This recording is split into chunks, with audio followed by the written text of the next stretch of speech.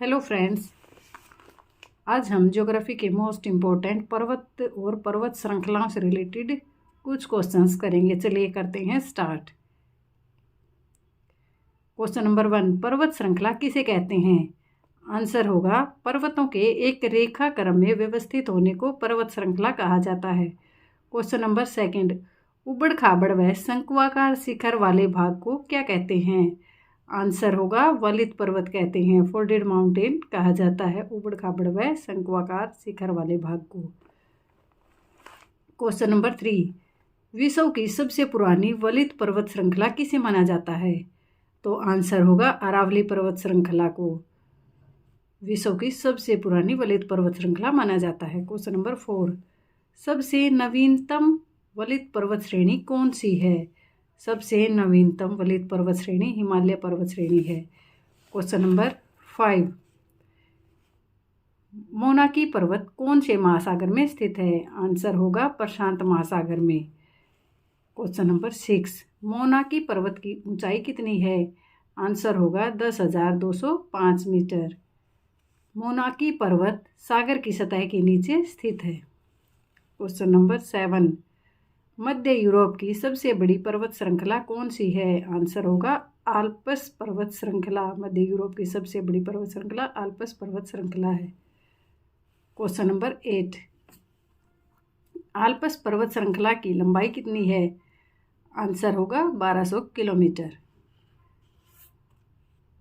Question number 9, Alps पर्वत श्रृंखला Europe के कितने देशों में विस्तृत है? आंसर होगा 8 देशों में।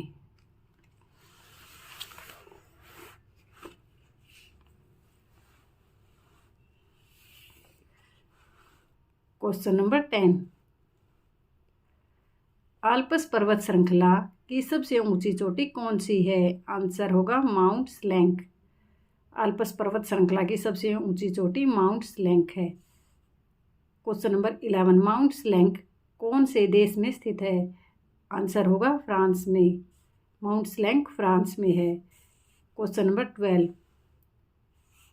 वासजेज पर्वत कैसा पर्वत है? आंसर होगा वासजेज जर्मनी में स्थित ब्रनशोथ पर्वत है।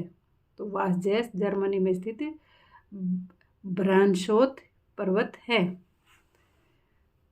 क्वेश्चन नंबर 13, वासजेज कौन से 2 देशों के मध्य सीमा निर्धारित करता है?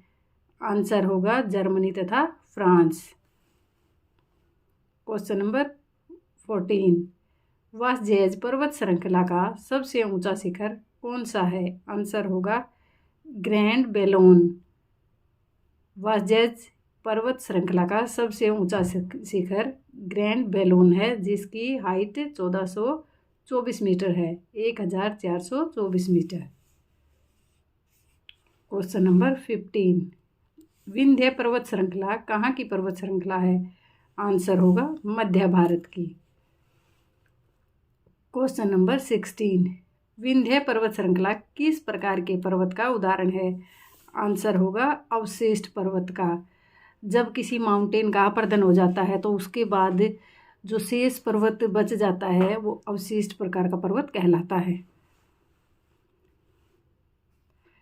क्वेश्चन नंबर 17, विंध्य श्रेणी की सबसे ऊंची चोटी कौन सी है? आंसर होगा गुडविल शिखर विंध्य श्रेणी की सबसे ऊंची चोटी है, जो कि दमोह मध्य प्रदेश में स्थित है। इसे सद्भावना शिखर भी कहा जाता है, गुडविल शिखर या सद्भावना शिखर। क्वेश्चन नंबर 18, सद्भावना शिखर की ऊंचाई कितनी है? सद्भावना शिखर की ऊंचाई 752 मीटर है।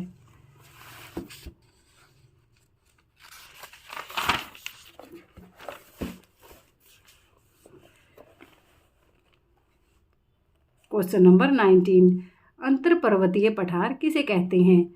आंसर होगा अंतरपर्वतीय पठार चारों ओर से पर्वतों से घिरे होते हैं एवं इस तरह के पठार में भूपटल के सर्वोच्च, सर्वाधिक विस्तृत और अत्यधिक जटिल पठार पाए जाते हैं। ऐसे पठार जो कि चारों ओर से पर्वतों से घिरे होते हैं, ऐसे पठारों को अंतरपर्वतीय पठार कहा जाता है। क्वेश्चन नंबर 20, अंतर पर्वतीय पठार का एक उदाहरण बताएं। तो यहाँ पे आंसर हो जाएगा बोलीविया का पठार।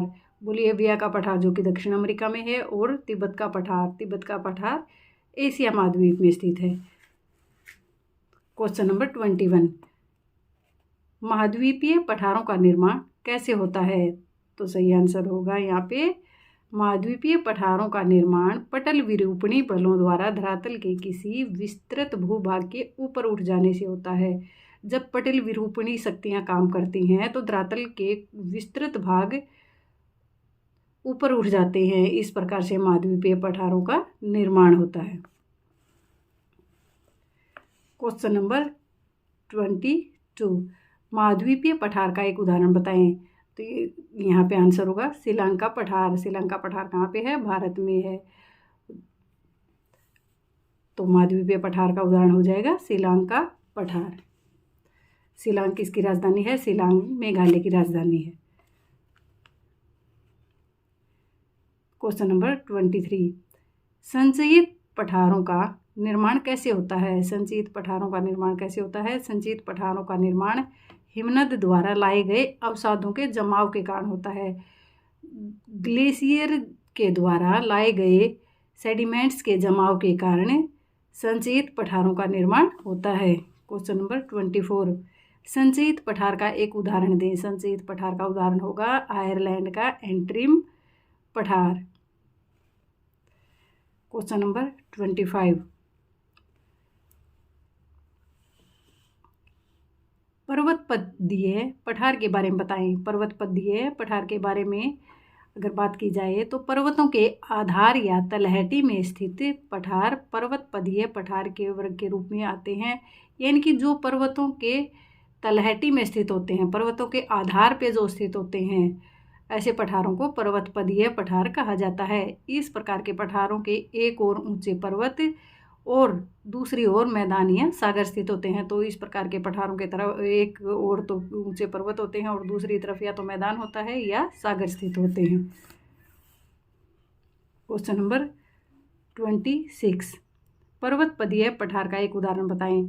तो पैटागोनिया पठार जो कि दक्षिण अमेरिका में स्थित है, पर्वतपदीय पठार का एक उदाहरण है।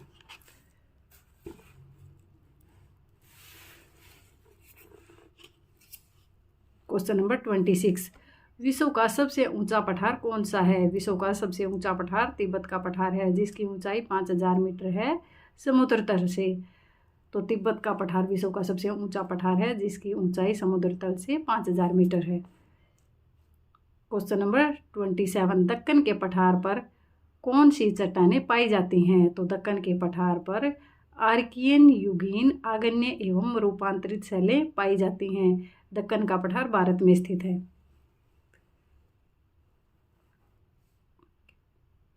क्वेश्चन नंबर 28, मैदान किसे कहा जाएगा?